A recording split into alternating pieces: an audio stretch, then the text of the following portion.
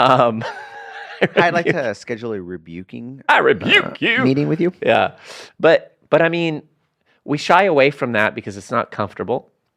And we bristle at it when it happens to us because it can be humiliating or Is there humbling. a synonym for rebuke? I mean, Correct? Correct, yeah, correct, confront. Even that's We're just making it up. Yeah. But Oscar, it is important. It's important that we do it when it needs to be done. It's important that we receive it when it's done to us. That's good. Yeah, and I think it's important to realize anytime we talk about acts of service, right now we're talking about correction, speaking truth, rebuking. I'm sure we're going to get into other acts of service in regard to washing of feet and things of that nature. But any kind of act of service is ultimately going to bring us to a place of discomfort, sacrifice, and it requires humility. And so that applies, I'll apply that to the washing of feet a little later, but let me apply it now to this because it actually works the same.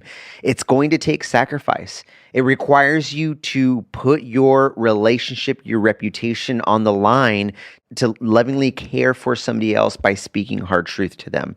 It takes humility. This one's key. You cannot go into a conversation. I think you're excellent at this, Easy. You cannot go into a conversation with pride to try to rebuke somebody because they're going to receive it in a manner that feels like it's coming from the wrong place. And so a place of humility is recognizing I'm no better than you.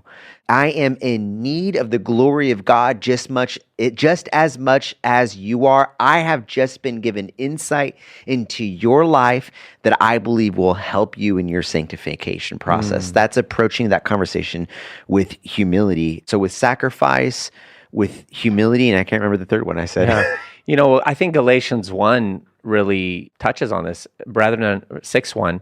Brethren, if a man is overtaken in any trespass, you who are spiritual, restore such a one in a spirit of gentleness, considering yourself, lest you also be tempted. I love it when Scripture does that, when it points back to others. We've talked about it before, Titus 3, where it says, for we ourselves were also once foolish, disobedient, deceived, serving various lusts and pleasures, living in malice and envy, hateful and hating one another. But what's interesting is the verse that precedes that, verse 2 of Titus 3, says, remind them to be subject to rulers and authorities, to obey, to be ready for every good work, to speak evil of no one, to be peaceable, gentle, showing all humility to all men. And then he says, for we ourselves were also once foolish as we. So he's saying, hey, your humility should be birthed out of the fact that you recognize that you're a wretched sinner. And when you recognize that, then you can't come at people with the attitude of how could you or why would you, and we've talked about this before when I've talked about the naked eye view versus the telescopic view, when we specify versus generalizing. If I look at you and I say, oh man, Mark, he struggles with covetousness, and that's just not a weakness of mine. I can look at that and say, man, why would you covet? That's ridiculous. But if I generalize and I say, well, man, I struggle with outbursts of wrath. Mark may not have an angry bone in his body.